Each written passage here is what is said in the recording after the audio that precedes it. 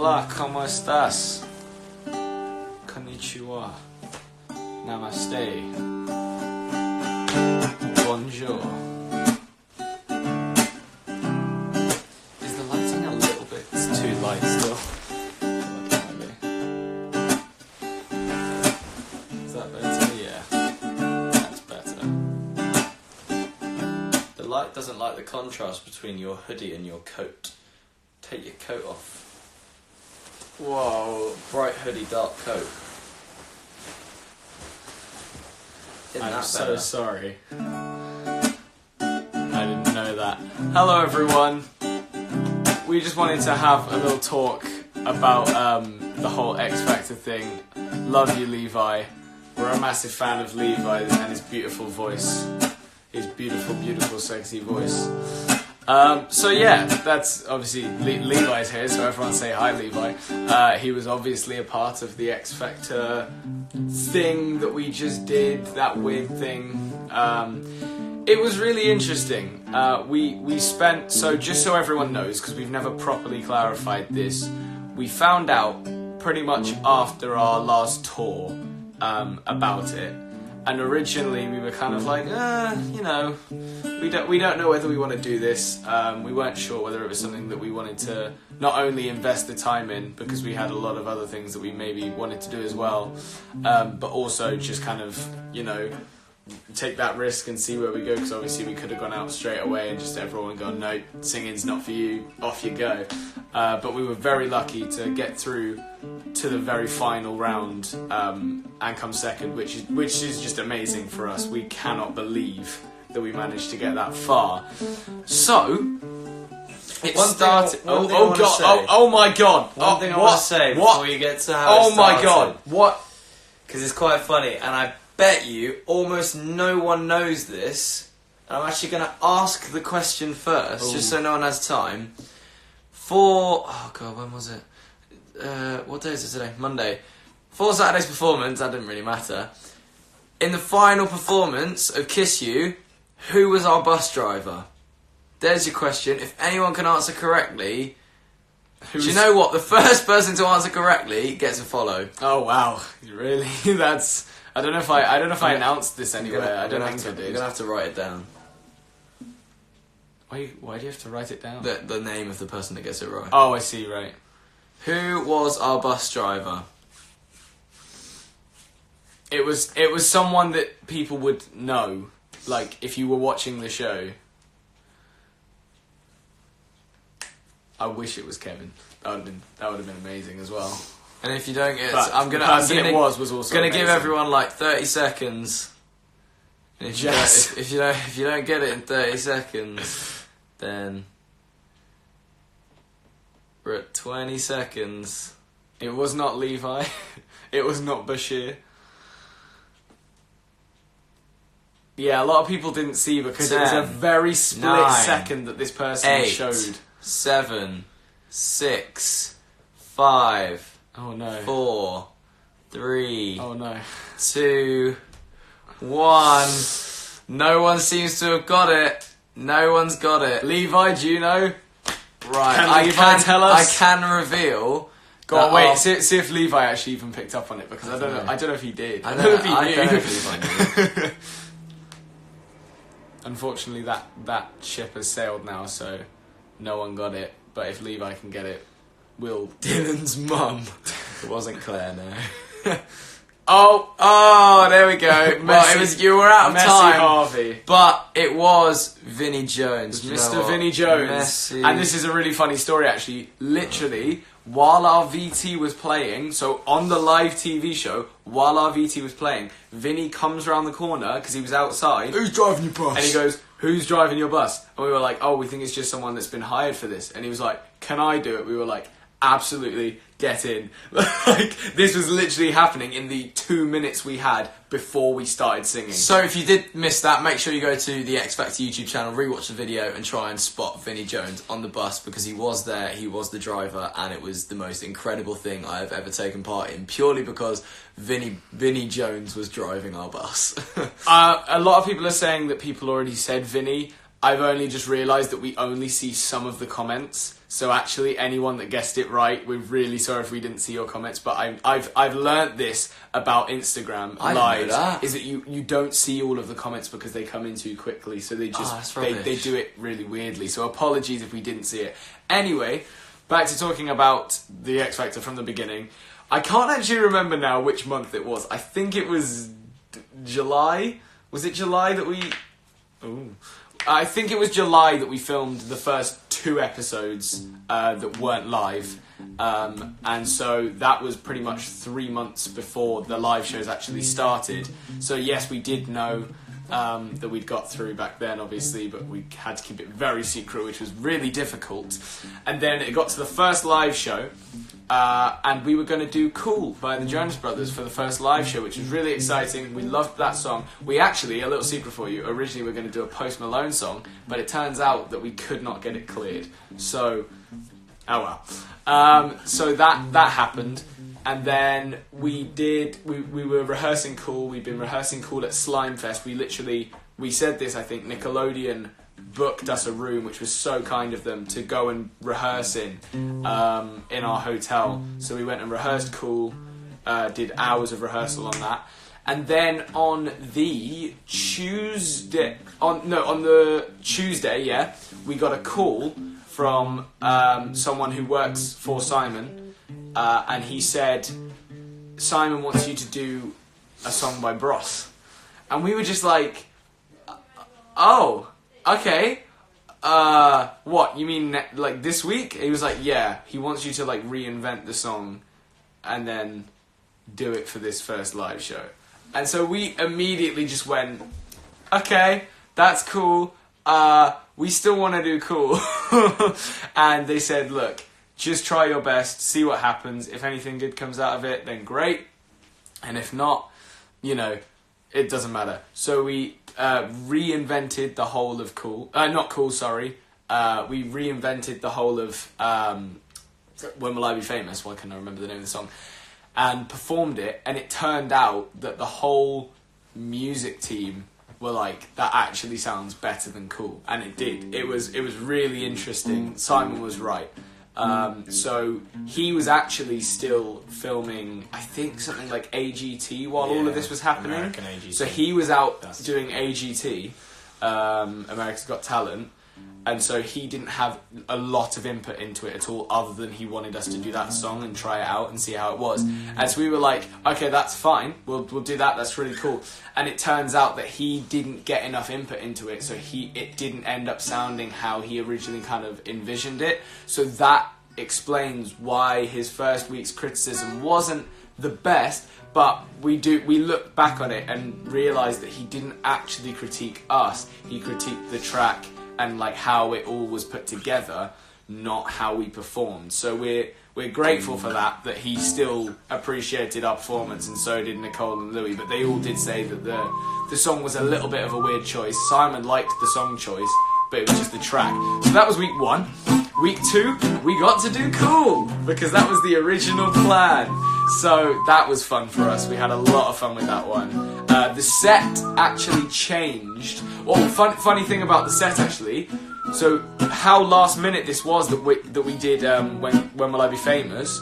We had the set for Cool outside of the studio at week 1. So they had to just leave it there. All those big speakers that you saw behind us, they were all outside, ready for week 1, and then the creative team got told that wasn't happening anymore, so they all just went, okay. So you can imagine how happy they were when they found out we were doing Cool the next week. So that was all great. And then we kind of moved on to Cool, like I said, did that performance, had loads of fun with that, but the set kept changing every day, which was a little bit difficult, but we got through it, it was all good. Then the next week we did Can't Hold Us, which also has a very interesting story, which you may have read a news article on.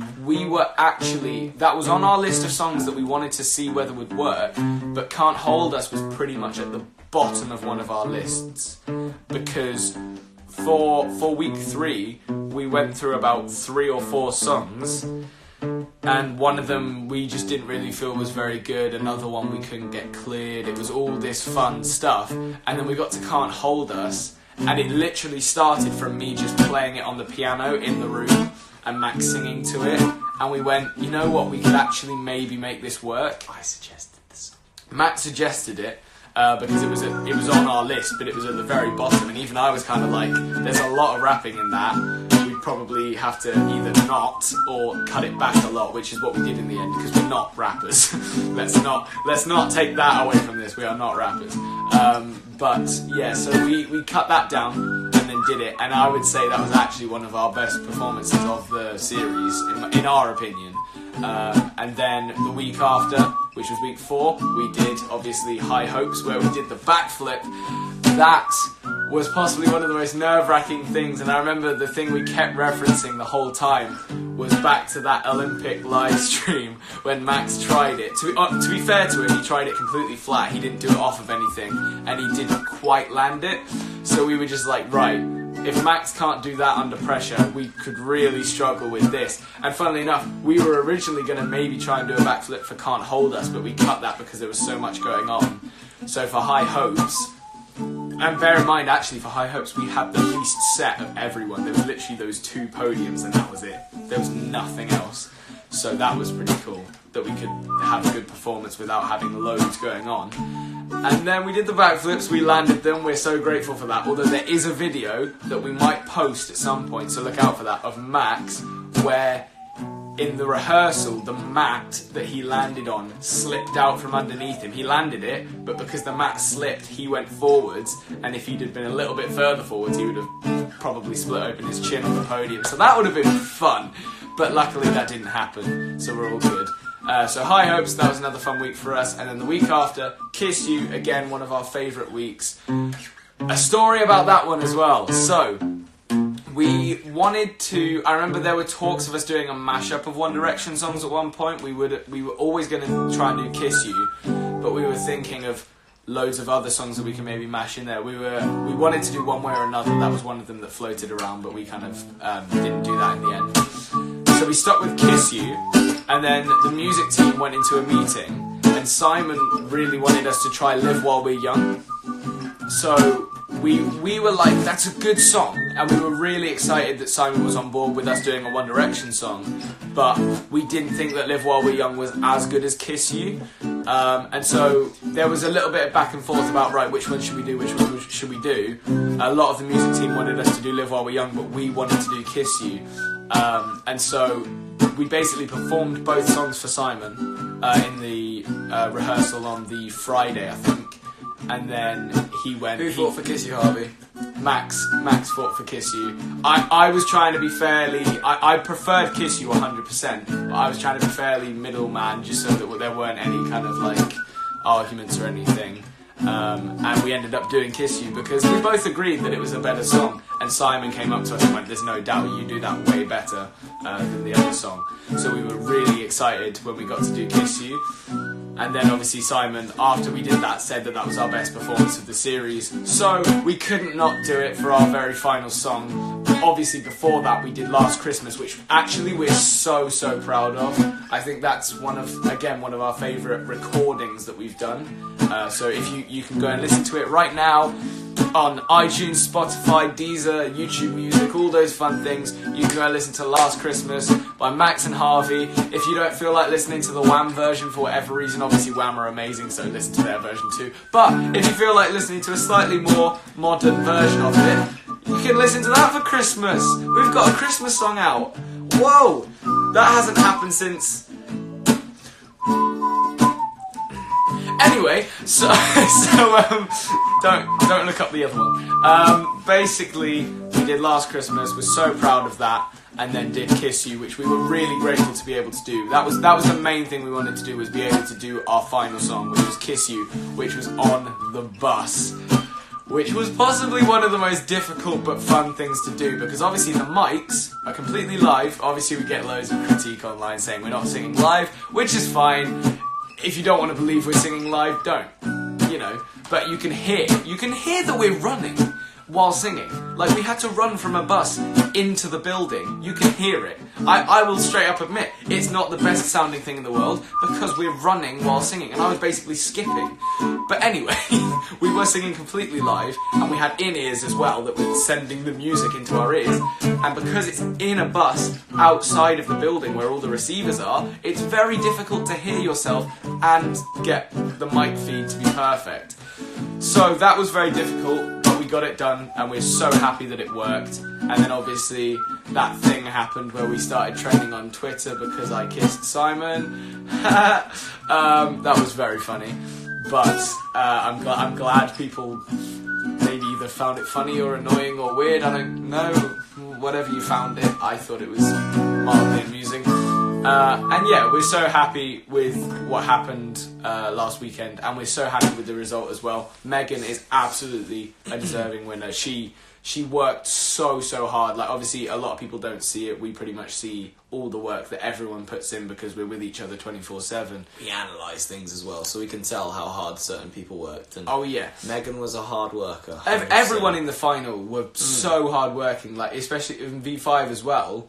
We would like go home, and I remember they'd always say, "We're going home to rehearse," and I'd be like, "Oh my gosh, you guys!" We're just going home to sleep. I mean, because we do a lot of rehearsals together anyway at home, but it's more normal for us because we live with each other. We're used to rehearsing together, but they literally just go home because they do a lot more dancing than we do. We just do a lot more running around, which is slightly less solid talent.